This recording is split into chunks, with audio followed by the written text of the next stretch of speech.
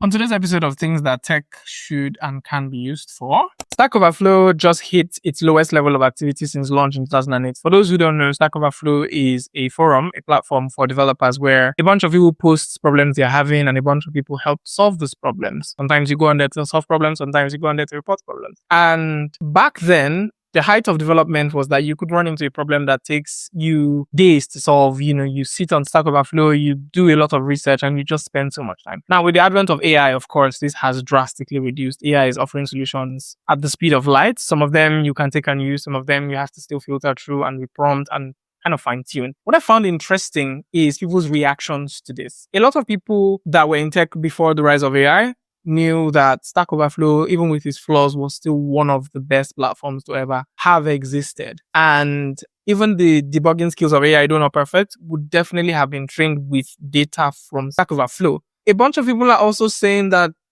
people there were very pompous, nobody answered their questions, people were rude and stuff like that, and they had mean users. And all I can think of is that's humanity. That's our humanity. Right? Some people would roast you. Some people would cook you for asking about a seemingly stupid question. And it hurt. It did happen to me a couple of times, but I think that was our humanity. And kind of like taking that community away from developers is also kind of scary. Now, the platform is not completely done yet. It's not gone. But how do I feel about this? I think this is one of the biggest developer communities, and losing it is not something I'm particularly happy about. But hey, innovation, right? Don't get me wrong. I'm all for using AI, especially for development, because I believe it's one of the things it can do and should be doing very well.